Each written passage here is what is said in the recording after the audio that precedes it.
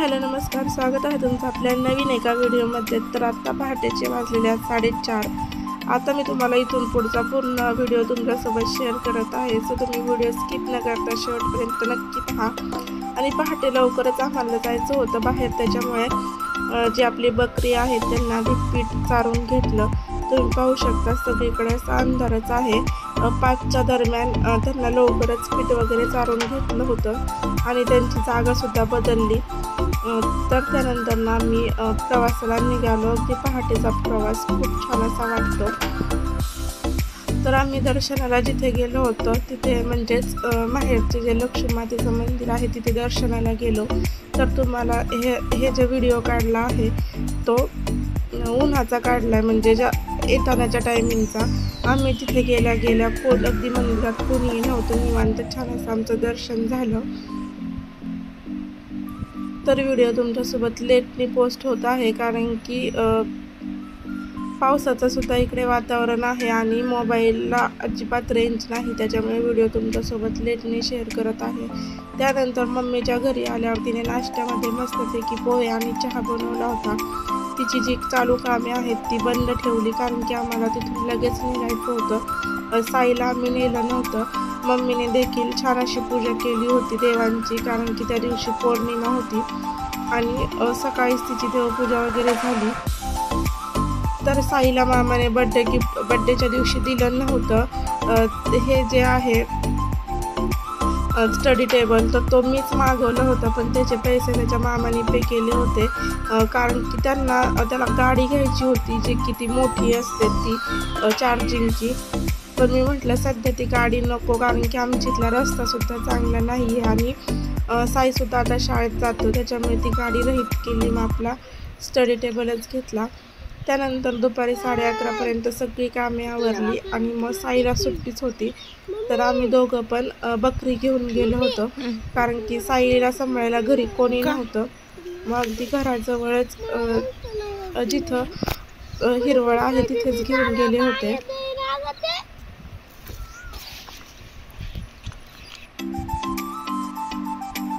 तिथून आल्यानंतर ना थोडासा साईने आराम केला, म्हणजेच त्यांचा खेळ असतो, तर तो खेळ खेळला आणि त्यानंतर ना त्याने लगेच अभ्यासाला सुद्धा सुरुवात केली आणि मी एकीकडे साड्या पिको फॉल करत होते। तर तिथून पुढे हा मी व्हिडिओ कंटिन्यू केला नाही, डायरेक्ट दुसऱ्या दिवशीचा हा व्हिडिओ आहे।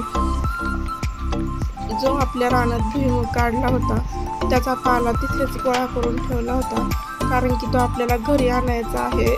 जी बकरी आहेत अजून जास्त बकरी सुद्धा घ्यायची आहे, तर त्यांच्यासाठी आपल्याला हा पाला घरी घेऊन यायचा आहे।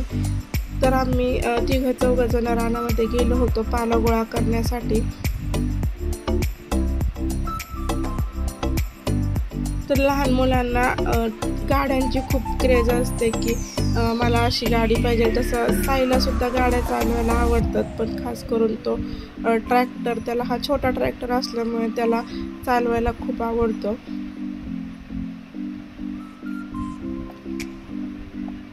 आणि असं कुणी नसताना मग त्याला गाडीपाशी जाऊन देत नाही, कारण की एकतर मुलांना माहीत असतं की कसं केल्यावर, म्हणजे मुलांच्या तेवढं लक्षात राहतं की हा बाबा असं केल्यावर गाडी चालू होते, त्याच्यामुळे तो एकटा असल्यावर त्याला गाडीपाशी जाऊन देत नाही।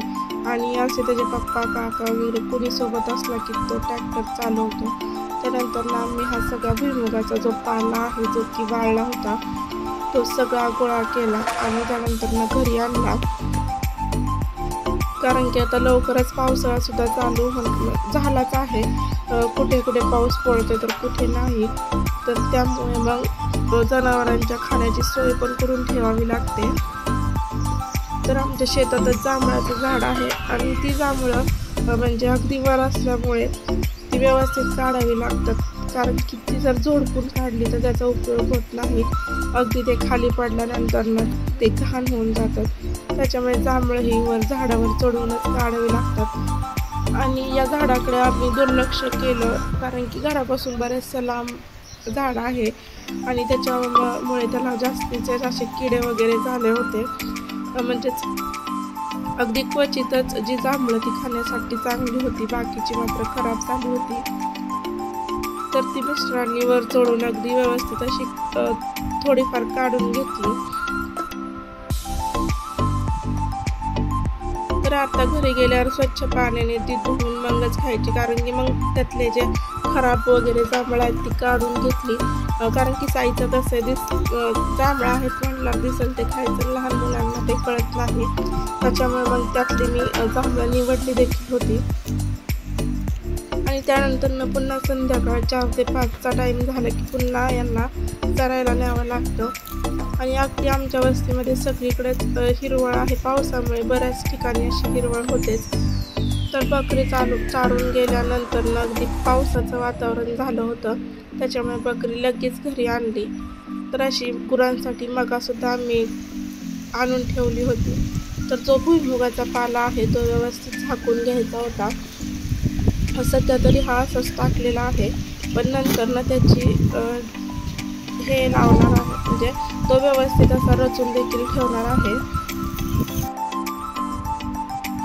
मग मिस्टर त्या दिवशी लवकरच घरी आले होते, तर या इकडे मकाला सुद्धा पाणी चालू होतं. तर अशी बरीचशी कामे जी की शेतात असतात आणि जे तुम्हाला माझ्या व्हिडिओमध्ये दिसत नाहीत, कारण की माझा जास्त रानात जायचा संबंध येत नाही, त्याच्यामुळे तुम्हाला बरीचशी शेतातली कामं आमच्या जी काही चालू आहेत ती दिसून येत नाहीत. पण जेवढं मला घेता येतं तेवढं तरी मी व्हिडिओमध्ये नक्कीच घेते. तर हे वातावरण सगळं आमच्या घराच्या आजूबाजूचं आहे, अगदी घराच्या कडेने सगळीकडेच पावसामुळे आता झाडं जास्तीच हिरवी झालेली आहेत, म्हणजे हिरवगार असं वातावरण असतं. पण या हिरव्यागार झाडीत सुद्धा साप असे निघण्याची बरेच शक्यता असते. मग बकरी पूर्ण चरली नव्हती, मग पुन्हा त्यांना चरायला नेलं होतं, कारण की त्यांचं देखील पोट हे भरलंच पाहिजे. आणि बकऱ्यांची जात अशी असते की ते एका जागेवर खात नाहीत, म्हणजे आपण म्हणतो ना आयतं टाकलं की खातात, तसं ते खात नाहीत, त्यांना अगदी चरायला न्यावं लागतं. आणि त्यानंतर घरी आल्यावर मला साडी अर्जंटमध्ये पिको फॉल करायची होती, ती देखील करून घेतली. आणि साईचा जो स्टडी टेबल आहे तो देखील मला छान असा उपयोगाला आला, कारण की त्याच्यावर व्यवस्थित मला हात शिलाईसुद्धा करता येत होती. पण साई मला करून देईल, त्यांना तो म्हणायचा की मम्मी तुझ्या सोयीमुळे माझा जो टेबल आहे तो खराब होईल, पण तरीसुद्धा अगदी व्यवस्थित असं या टेबलवर मला हात शिलाई करता आली. आणि जो तुम्ही शेंगा बघितल्या होत्या त्या देखील व्यवस्थित अशा आम्ही भरून ठेवत. तर आजचा हा छोटासा व्हिडिओ होता, तुम्हाला जर आवडला असेल तर व्हिडिओ लाईक शेअर सबस्क्राईब नक्की करा. व्हिडिओ पाहिल्याबद्दल धन्यवाद.